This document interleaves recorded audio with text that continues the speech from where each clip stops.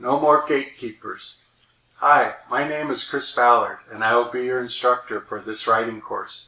My qualifications: I'm a self-published author of 3 books, and I'm also starting a book coaching business.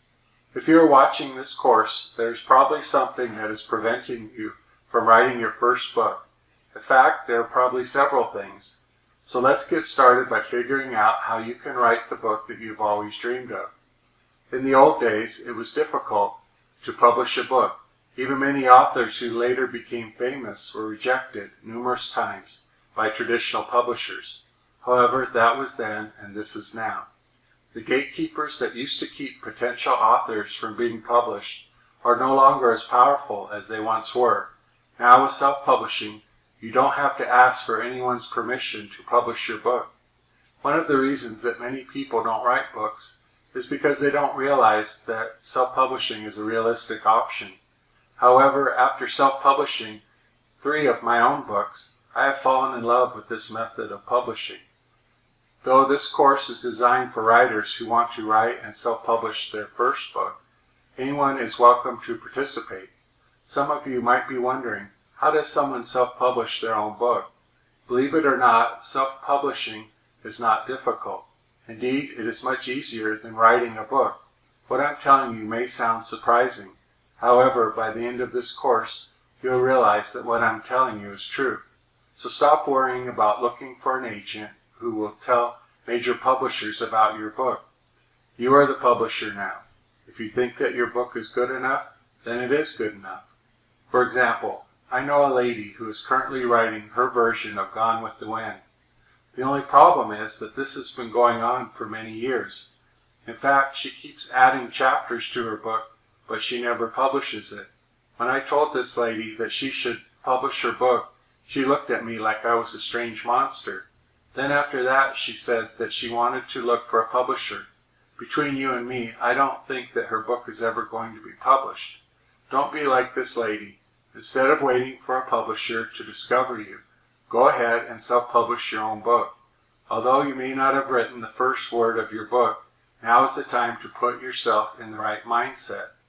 Let me share a personal story which might encourage you with your writing. When I was writing my first book, I became discouraged because I didn't know where to place my commas.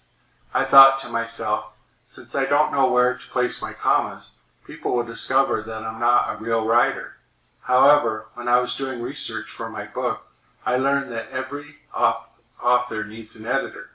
In other words, even though I was having trouble with my commas, this didn't mean that I couldn't create a high-quality book.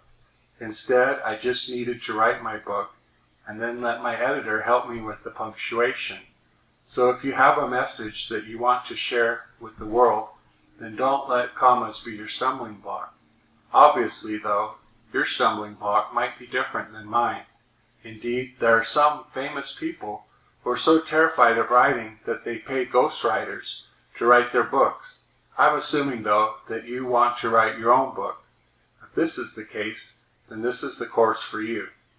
One of the first decisions you will need to make is whether to write a nonfiction book or a novel. When I wrote my first book, it was a nonfiction book. In that book, I told my readers that they should write both nonfiction and novels. This was bold advice from someone who hadn't even written a novel. However, it wasn't long before I had written The Elizabeth. To be honest, I wondered if anyone would enjoy reading my historical novel. It turned out, though, that people loved my short novel. Technically, my book was a novella, since it wasn't long enough to be a novel. Personally, I like novellas because it doesn't take a long time to read them. Thankfully, many of my readers felt the same way. The point I'm trying to make, though, is that you should consider writing both nonfiction and fiction books. In other words, don't limit yourself by writing only one type of book. Believe me, this is one time I'm glad that I followed my own advice. To summarize, you don't need to get permission from the gatekeepers before you self-publish your first book. What I'm telling you may sound startling. However, you are the one who's responsible for publishing your own book.